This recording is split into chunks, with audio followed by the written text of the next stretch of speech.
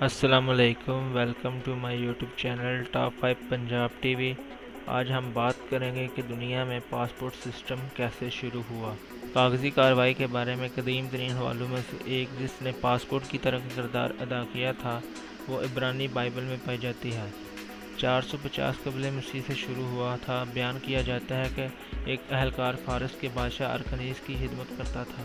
اس نے یہودیہ جانے کی اجازت طلب کی تھی اور بادشاہ نے اسے جانے کی اجازت دے دی اور سمندر سے پرے گورنر کو ہاتھ بھی بھیجا کہ جب وہ ان کی سرزمین پر سفر کرتا ہوا آئے تو اس کو محفوظ راستہ دیا جائے۔ تیسری صدی قبل مسیح میں ملک میں داخل ہونے اور باہر جانے کے لیے ان کے پاس ایک معاشرے کی شرح سے جاری کردہ پاسوں کا تذکرہ ملتا ہے۔ کسی بھی شخص کے لیے ملک میں داخل ہونے یا ملک چھوڑنے کے لیے یہ مہر بند پاس ہونا ضروری تھا۔ پاسپورٹ مغربی ہان میں 202 قبل مسیح اور 220 قبل مسیح کے ابتدائی دور میں چائنیز بیوروکریسی کا ایک اہم حصہ تھا۔ اگر کن خاندان میں نہیں تو ان کو عمریں، قد اور جسمانی خصوصیات جیسی تفصیلات کی ضرورت تھی۔ ان پاسپورٹ میں ذہان نے کسی شخص کی شاہی کانٹوں میں اور کنٹرول پوائنٹس کے ذریعے منتقل ہونے کی صلاحیت کا تعین کیا۔ یہاں تک کہ بچوں کو پاسپورٹ کی ضرورت نہیں تھی، لیکن 1 سال سے یا 1 سال سے کم عمر والے بچوں کو جو اپنے والدین کی دیکھ بھال میں تھے۔ قرون وسطیٰ کے اسلامی خلافت میں پاسپورٹ کی ایک شکل 12 رسیدیں تھیں جو ٹیکس ادا کی جاتی تھیں، صرف ان لوگوں کو جنہوں نے اپنی زکوٰۃ مسلمانوں کے لیے اور جزیہ غیر مسلموں کے لیے ٹیکس کے طور پر رائج تھا۔ خلافت کو مختلف علاقوں میں ان کو سفر کرنے کی اجازت تھی۔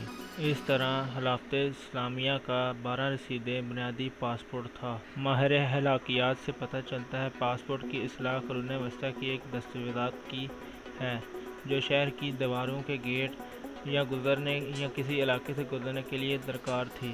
قرون وسطیٰ کے یورپ میں مقامی حکام کے ذریعے غیر ملکی مسافروں کو اس طرح کی دستاویزات جاری کی گئیں جیسے کہ مقامی شہروں کے برعکس جیسے کہ یہ جدید عمل ہے۔ عام طور پر ان شہروں اور شہروں کی ایک فہرست ہوتی ہے جن میں دستاویزات رکھنے والوں کو داخلہ یا گزرنے کی اجازت تھی۔ مجموعی طور پر سمندری بندرگاہوں کے سفر کے لیے دستاویزات کی ضرورت نہیں تھی جنہیں کھلا تجارتی نقطہ سمجھا جاتا تھا، لیکن بحری بندرگاہوں میں سے اندرون ملک سفر کرنے کے لیے دستاویزات کی ضرورت تھی۔ انگلستان کے بادشاہ نے ہنری پنجم کو یہ ایجاد کرنے کا سہرا دیا جاتا ہے۔ کچھ لوگ جو جدید معنوں میں پہلے پاسپورٹ سمجھتے ہیں اپنے مضمون کو ثابت کرنے میں مدد دیتے ہیں کہ وہ غیر ملکی ممالک کون تھے۔ ان دستاویزات کا ابتدائی حوالہ پارلیمنٹ کے 1414 ایکٹ میں پایا جاتا ہے۔ 1540 میں انگلستان میں سفری دستاویزات دینا انگریزی کی پرائمری کونسل کا ایک کردار بن گیا۔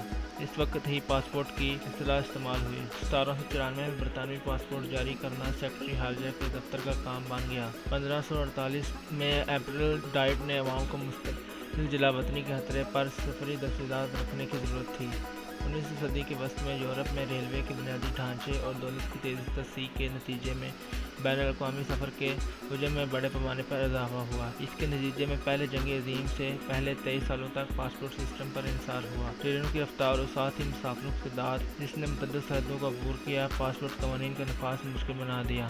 عام رد عمل پاسپورٹ کی ضرورت میں نرمی تھی۔ 19ویں صدی کے آخر میں پہلی جنگ عظیم تک پورا یورپ میں سفر کرنے کے لیے پاسپورٹ کی ضرورت نہیں تھی۔ سرحدیں عبور کرنا ایک سادہ سا طریقہ تھا۔ اس کے نتیجے میں نسبتاً بہت کم لوگ پاسپورٹ رکھتے تھے۔ پہلے جنگ عظیم کے دوران یورپی حکومتوں نے حفاظتی وجوہات کی بنا پر کارآمد مہارتوں سے لوگوں کی ہجرت پر قابو پانے کے لیے سرحدی پاسپورٹ کی شرط متعارف کروائی۔ یہ کنٹرول جنگ کے بعد بھی قائم رہا۔ یہ ایک معیار بن گیا، حالانکہ یہ متنازع ہے۔ 1920 کی دہائی کے برطانوی سیاحوں نے خاص طور پر منسلک تصاویر جسمانی تفصیلات کے بارے میں شکایت کی۔ British nationality and status of Wales act 1914 میں منظور کیا گیا، جس میں واضح طور پر شہریت کے تصورات کی وضاحت کی گئی۔ پاسپورٹ کا ایک کتابچہ فارم بھی تشکیل دیا گیا۔